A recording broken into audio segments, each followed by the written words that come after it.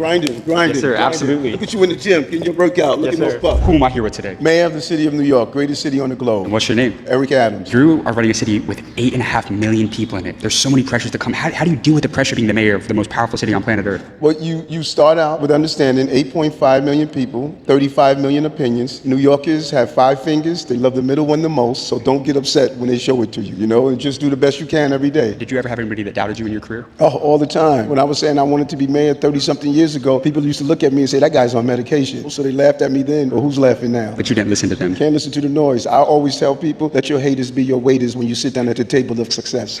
Oh my goodness. That's one of my favorite pieces of advice that I've ever heard in my entire life. Oh no, people are gonna hate on you. How do you deal with that though? Because people get hate and then they get in their own heads and then they doubt themselves. How did you deal with that when you were... And that's so important because the most important thing I learned, because I am dyslexic, and in school I had undiagnosed dyslexia. So you weren't a good student? No, I was not. I was laughed at, I was bullied, I was called names, they would mimic how I read, and my mother just told me, baby, you got this. And I just stuck there and kept building systems that helped me understand and comprehend. And those systems allow me to be successful today. So dark places are not burials, they're plantings. You just have to be willing to go through the process to see the fruits of those harvests. So those dark places I had as a child, they were just planting, preparing me for what I'm doing now as the mayor. So for somebody who is at rock bottom right now, what is an actionable step that they can take to get their lives back on track, to become successful, to become financially free one day? One day at a time. It's the most important thing. There were days when I failed, and just getting out of bed was successful. Just being able to say, you know what, I'm just going to make sure I get out of bed. I'm gonna make sure that I change my underwears. I'm gonna make sure that I take that shower. Just those successes, small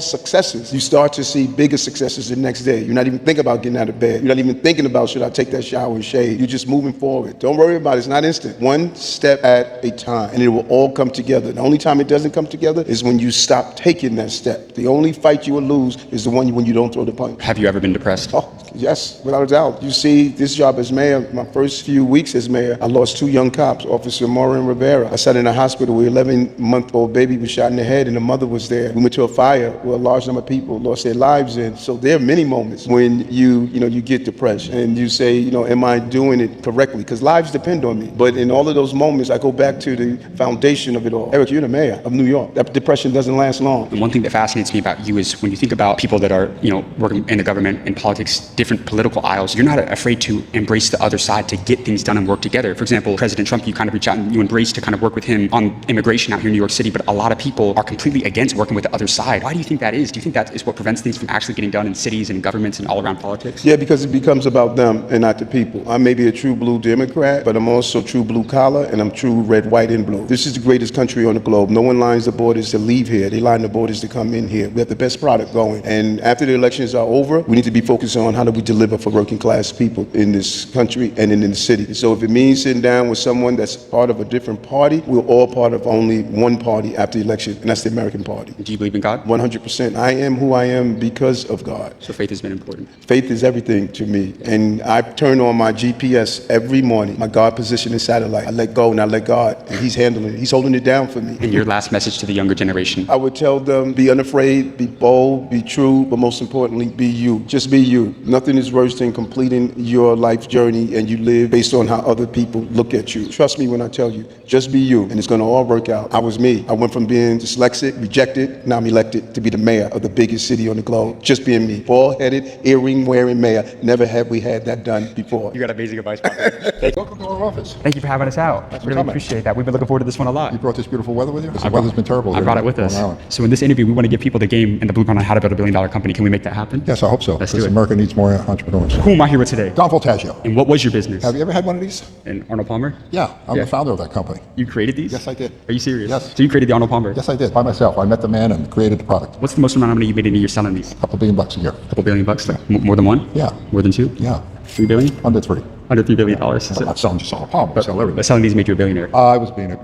Are you serious? What was the turning point to becoming an entrepreneur? Did you always know that you were going to start your own business? I knew I wasn't going to go to college in 1970. You knew you weren't going to go to college. And it was a draft on in the Vietnam War, and I was too tall. I was draft exempt for being 6'9"3/4". So then I had this full opportunity to be successful in America because I wasn't asked to fight for the country. So I became a truck driver and turned into a little business, and I turned into a little bigger business. And 50 plus years later, here I am. Did you come from a lot of money? No, my dad worked for a grocery store chain. He never made more than than $15,000 in his life. So he worked for the grocery store chain that your drinks eventually got sold Yeah. to. Well, they're out of business. They work for A&P. And you ever hear of the company A&P? Sounds familiar. Atlantic Pacific. They were the largest retailer in the 1950s. So they had 15,000 stores. Today they don't have any because they forgot about their customers. So I learned from that experience from him as well. That you got to remember who you're selling to and treat them right, take care of them, and treat them fairly. You had this product for 99 cents for decades, but you never raised the price, even with inflation coming into play. Why not? Because I can afford not to. What do you mean you can afford? But it's tough margins in your business. Well, this building here, I own it. My factories, I own. The bolts in the factory, I own. You own all the verticals? I own it all. I don't have any zero debt, so I'm not obligated to a bank or a board of directors who said raise the price because we have to raise our profit margins. You can go through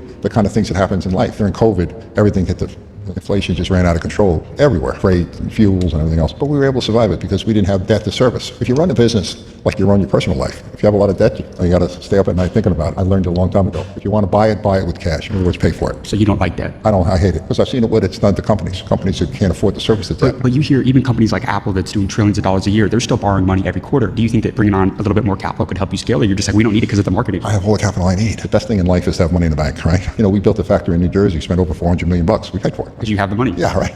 It's Yeah. pretty good. And then you can afford to sell things for 99 cents because you're not affording the cost of interest and the cost of debt on people's balance sheets. So you prioritize reach over margins. Margins are important, but sometimes you can make up the margin loss by increased sales, right? You know, we have an office of 400 people. We grew the business double in the last 10 years, and we haven't doubled the staff because, you know, efficiencies and modernization of the way we handle the things with software and all that kind of stuff. Did you ever think that the 99-cent pricing would be such an incredible marketing strategy? I've said the story, cavemen were motivated by 99 cents. You know, 99 cents is like a number, like less than $1, you know? And when I was a kid, I earned $1 an hour when I first started. So I understand the value of $1. And I also understand my customers, a lot of them look at their needs for the day or for the week and look at how they're going to budget themselves. And giving them a great tasting drink at a fair price, and then they have money for other things, I think that's a bad idea, right? And I didn't have to spend money on advertised traditional stuff. So you didn't spend a lot on advertising? I didn't spend any on it. Are you serious? None. Even today? Today, no. You really market? I don't. We haven't done anything traditional. No radio, no television, no What billboard. do you think's been the single greatest lever for you? Packaging and high quality, great product. Is that the biggest thing you attribute to is the packaging? Absolutely. Why? Because packaging is what people shop when they see. I've seen people make decisions right at the cooler or right at the shelf at the grocery store. So psychology is important then in business. Well, I think you shop, you buy with your eyes, right? If your friend told you about a great product that they bought the day before and it tasted great for 99 cents, next time you shop, you're going to go, right? So give me a little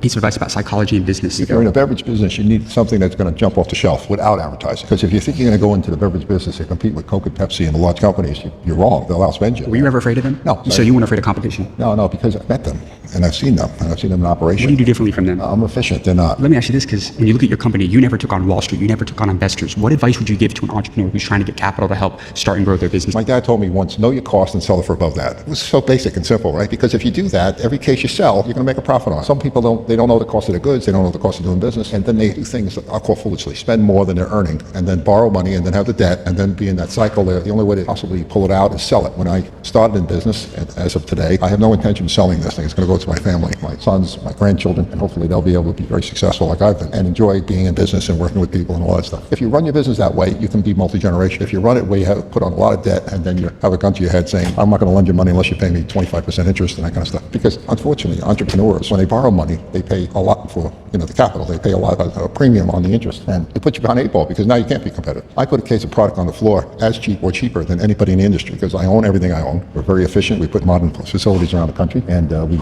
negotiate with our suppliers to get the right price by doing what they need so they can do that. And do you think everybody's built for entrepreneurship? No. Why not? It takes a certain kind of person. And it doesn't mean it's bad to be an employee at a company because it's not for everybody. I've had many, many sleepless nights thinking about my payroll I had to make the next week.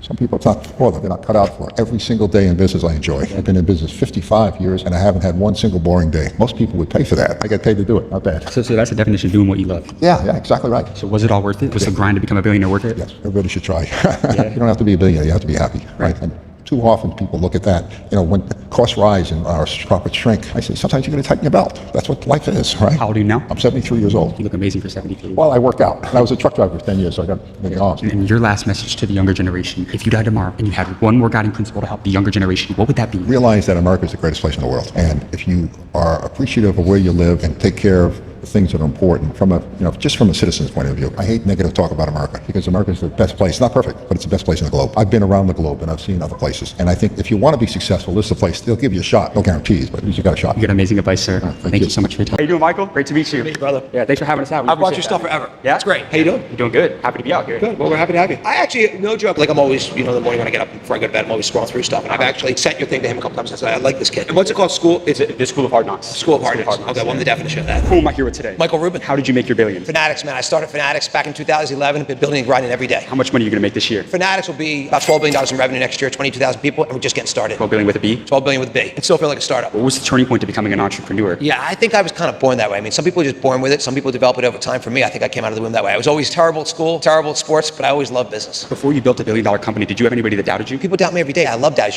Doubters are great. If you look at a doubter, that's motivation. I mean, think about, we just got in the sports betting business 2 years ago. Everyone said, Fanatics has no chance. This is a duopoly by FanDuel, by DraftKings. Michael Rubin's going to fail miserably. He's going to piss away billions of dollars. I said, bring on that hate. Yeah. Bring on that. I love that. You know what? We're now the third biggest sports book. We've been live for 20 months. We're just getting started. How much is your company worth today? I mean, it's all public. Last value, probably $25 billion. $25 billion. If you lost everything tomorrow and had to rebuild a billion-dollar company with 3 moves, what would they be? First of all, I would love that. That would be so fun. And people are going to say, he's full of shit. I don't fucking believe what I'm telling you. That would be like, that's light work for me. I would absolutely love it. So what would you do? Give me the game. So first of all, I tell you right now, I ask this question to people all the time. I say, this is people that are really well off. If you could give up everything you had, 100% of your money, everything, to get 10 years back in your life, what would you do? And more people told me they would never do it. I think they're all idiots, and I don't know why they think that way. I would give up everything I had right now to be 10 years younger. To be 42 versus 52. I'm fucking in, babe. I would absolutely love it. What would I do? I'd study. I'd be a nonstop studier. I'd find a void in the market, and then as soon as I found that void, I'd sprint at it. And what I would make sure I did is got the right people with me, because you can't do stuff on your own. And I go win it. If it didn't work, I do it again right away. But that to me is fun. Like, I like that. You just gave me the blueprint right there. It is the blueprint, because you got to figure out what are the voids in the marketplace. You sold billions of dollars throughout your career. What is Michael Rubin's secret to sales? Look, for me, I really believe it's about building relationships. Relationships don't mean shit in good times, but in tough times, they mean everything. And so for me, I built our business with so many great relationships, and that's taken me through many of the tough times that I've had in my life. Like, I think about some of the dark days we've had, but the great relationships have brought us through those and got us to the next level. Who was the most influential person on your business career? I've had many. I mean, I think about as a kid, I remember the last book I read was actually in 9th grade, which is like 40 years ago-ish. I remember reading the book, The Shoe Dog, whatever it was called. It was the unauthorized story of Nike. Like, I looked up to him so much. So like, I learned from him. But then I'd say Robert Kraft. I mean, the Kraft family has been so helpful to me. I wouldn't be here today if it wasn't for Robert and Jonathan Kraft. They took me in,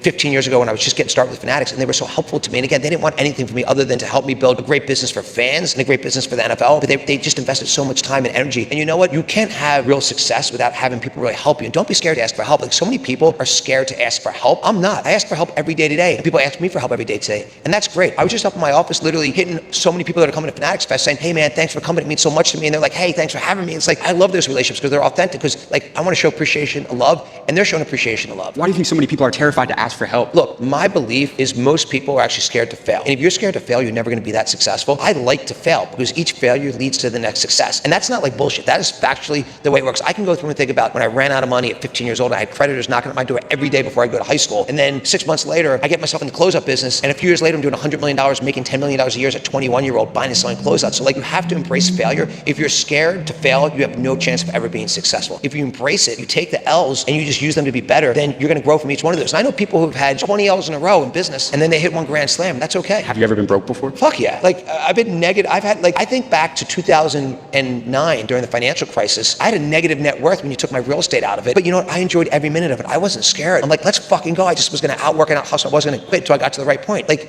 you can't be an entrepreneur like me and not have had so much shit go wrong in your life, but that's okay. I interviewed, Reid Hoffman, who sold LinkedIn to Microsoft. And one of the things that he told me, I asked him, what he would do if he had to make $1 billion in a year. And he said, I almost never think in 1 year. I think in 10. Do billionaires think in decades? I mean, I think in lifetimes. So, I mean, to me, a decade's a short period of time. I mean, I want to figure out how, when I'm not on this earth anymore, Fanatics is beloved by hundreds of millions or billions of fans. And again, we're just getting started at that. Like, you look back and you say, we've done a lot of things right, we've done a lot of things wrong. That's part of growing a business. But that is my dream. That is my passion. So if you think short term, you're going to make a lot of mistakes. If you think long term, really long term, you really build it to last. Do you think everybody's built for entrepreneurship? No, I definitely don't think everyone's built for entrepreneurship. I think that if you're not comfortable working your ass off, if you're not comfortable failing multiple times, everyone doesn't need to be an entrepreneur. I think people that watch your show, they're built for this and they want to learn from this. So I think you have that mentality that you're always learning from everybody around you. You're always, just gaining information, you're going to out hustle, outwork, I think you got a real shot, but it's definitely not for everybody. If you died tomorrow and you had one more guiding principle to leave with the younger generation, what would that be? Love doing what you do. Life is too short. If I'm dead, that means life wasn't long enough. You have to love what you do. I find so many people who are like, they don't like their job. They don't like this. You get to live one life. You gotta love every fucking minute. Like, you can see how passionate I am, how much I love this. I'm the same way I've been since when I was that 8-year-old little kid selling trading cards or selling snow shoveling door to door. You have to love what you do, and I love what I do. You got incredible advice, my friend. Thank you so much.